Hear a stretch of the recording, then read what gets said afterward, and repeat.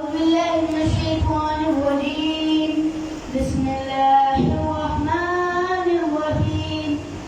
تبارك الذي بيده الملك وهو على كل شيء قدير، الذي هدى الموت والحياة ليبلوكم أيكم أحسن عملا، وهو العزيز الغفور، الذي خلق سبع سماوات طباقا ما ترى في خلق الرحمن من تفاوت، وارجع البصر هل ترى من فطور، ثم ارجع البصر كرتين ينقلب إليك البصر هو أسمع وهو بصير، ولقد زينا السماء الدنيا بمصابيح وجعلناها رجوما للشياطين وأعتدنا لهم عذاب السعير، وللذين كفروا بربهم عذاب جهنم وبئس المصير. إذا ألقوا فيها سمعوا لها شهيقا وهي تفور تكاد تتميز من الغيظ، كلما ألقي فيها فوج سألهم أنها لم يأتكم نذير قالوا لقد جاءنا نذير فكذبنا وقلنا ما نزل إلا من شيء إن أنتم إلا في ضلال كبير، وقالوا لو كنا نسمع ولكن ما كنا في عذاب السعير فأتراكم بسوء فسوق لعذاب السعير. إن الذين يخشون ربهم بالغيب لهم مغفرة وأجر كبير، وأصلحوا قولكم أو اجهروا به إنه عليم بذات الصدور، ألا يعلم من خلق وهو اللطيف الخبير. والذي جعل لكم الأرض ذلولا وأنزل من مناكبها وكلوا من رزقه وإليه النشور. أأمنتم من في السماء أن يسبقكم الأرض فإذا هي تمور، أم أمنتم من في السماء أن يرسل عليكم حاصبا فستعلمون كيف أنذر. ولقد كذب الذين من قبلهم فكيف كان نكير. أولم يروا إلى الطير فوقهم سافات يكبرن ما ينسبون إلى الرحمن إنه بكل شيء بصير. أمن هذا الذي وكنت لكم ينصركم من دون الرحمن إن الكافرون إلا في غرور. أمن هذا الذي يرزقكم بأمثل الرزق وبلغكم به عدو منفور.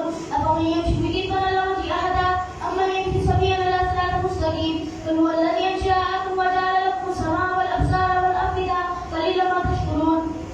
قل هو الذي زرعكم في الأرض وإليكم تحشرون ويقولون متى هذا الوعد إن كنتم صادقين. قل إنما العلم عند الله وإنما أنا نذير مبين. فلما رأوا كفة سيئوا الذين كفروا قيل هذا الذي كنتم به تدعون.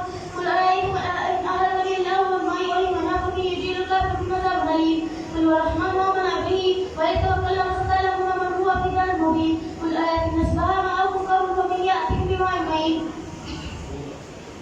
بسم الله الرحمن الرحيم. نون والقلم وما يسطرون ما أنت بنعمة ربك بمجنون